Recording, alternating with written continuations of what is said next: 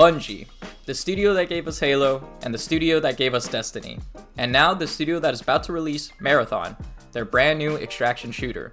And right now, a lot of people are excited. There's a colorful art style, it's a fresh sci-fi world, and it's a $40 price tag. It sounds like a good deal, right? But if you've been around Bungie, you know why some people are nervous.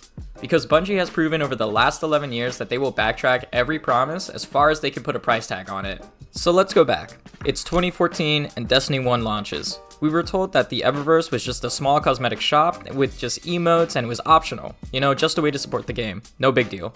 Fast forward a couple years and suddenly cosmetics that used to be earnable through gameplay are sitting in a storefront. Then, Destiny 2 launches. We were told things would be different. Cleaner systems, more transparency, and more importantly, a player-first mentality. And to be fair, at times it's felt that way. But then, the layers started stacking. Expansions, season passes, dungeon keys that were sold separately, and event cards on top of seasonal content. And of course the silver-only cosmetic bundles. Every year, it was another thing to buy, and another, until you wake up one day and realize you're paying for 5 different things. You're just being slowly drained of your money at this point. If Destiny 2 has a 3-year life cycle like its predecessor, with 4 seasons a year and a dawning every year, with the best luck possible, averaging about 170 bright dust every single Ingram, you would have to spend the equivalent of $10,358.20 to obtain every single item, as well as purchase every single DLC and the expansion. Now let's talk about promises. Because remember when the Destiny content vault was happening? We were told that it was necessary for the health of the game, but we had entire campaigns removed, and paid expansions were gone, planets were vaulted. We literally paid for something, and they took it away. Then there's also the dungeons. For years, dungeons were part of expansions, but suddenly, dungeon keys were introduced. They were separate purchases, not technically part of the expansion, and not technically breaking a promise, just redefining the wording. That's Bungie's special move right there. They don't always break promises directly. They simply find strange loopholes like an actual child trying to shake off responsibility. Now fast forward to Marathon. It's a new IP, in a new genre, and it's a new start. We're being told that all gameplay content includes no pay to win, battle passes don't expire, and it's cosmetic only monetization. Okay, this sounds good, but we've heard cosmetic only before. In Destiny 2, cosmetic only turned into some of the coolest armor sets living exclusively in the store. Event armor that used to be grindable, pay up. Shaders, rotating storefront. Crossover sets, premium bundles now. Again, not technically pay to win, but definitely pay to look cool. And in a live service game, looking cool is half of the end game. I can't be the only one who thinks that after purchasing a game, being nickeled and dimed for the color blue is stupid.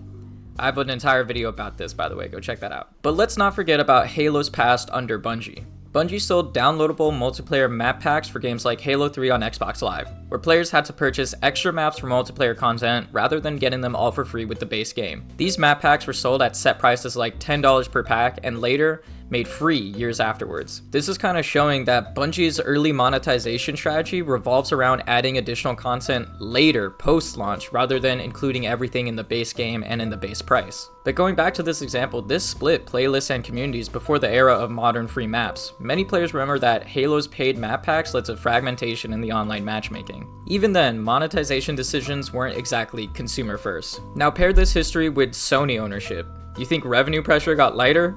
Marathon is entering a genre that struggles with player retention. Extraction shooters bleed players, and when player counts dip, monetization usually ramps up. So what is going to happen once people realize that extraction shooters are not exactly casual friendly? What do you think we're going to see enter the game? Premium runner variants? Stash base boosts? Convenience bundles? Currency packs designed so you always have a little bit left over? And of course, optional progression accelerators maybe? Because if Destiny taught us anything, it's that Bungie will test the ceiling.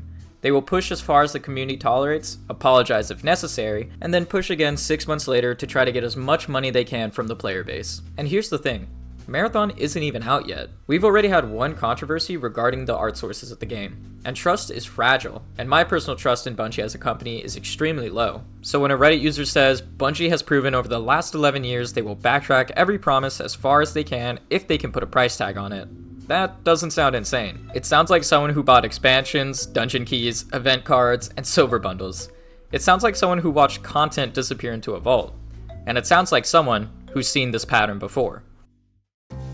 I truly hope they know what they're doing because making an extraction shooter is hard. There are so many factors that make up a player's experience within these genres that I made an entire video talking about why Escape from Tarkov feels like a shadow of its once greater self, and how Dark and Darker pushed itself off a cliff. Go check it out, links will be down in the description. But now back to Marathon. Now, am I saying Marathon will launch pay-to-win mechanics? No, it probably won't. Bungie's smarter than that. But I am saying this: if Marathon succeeds, monetization will expand. And if Marathon struggles, monetization will expand faster. And that's the reality of running a profitable business. Bungie has shown us exactly how they handled that reality in the past. Slowly, carefully, and strategically. Until one day you're looking at a store page longer than the patch notes. So what's my final answer? Do I think Marathon is doomed? No. Do I think Bungie deserves blind trust though? Absolutely not. The extraction genre already struggles with burnouts, wipes, cheating, and retention. The last thing it needs right now is a developer that players don't fully trust with monetization restraint. Maybe Marathon will be different though. Maybe this is the reset Bungie needs, or maybe in a couple of years I'll be making a video titled What Happened to Marathon. Let me know what you think. Do you trust Bungie, or are you waiting to see how many price tags show up post-launch? I recently played the Server Slam, and I'll admit it, I had fun playing and the maps looked beautiful. I will admit though, I kept getting stabbed 3 times and died. I don't know if that was the meta or hey, maybe I just suck. My name is Kevin, and I like to talk about things that I find interesting. Stay safe out there, and maybe keep an eye on that store tab.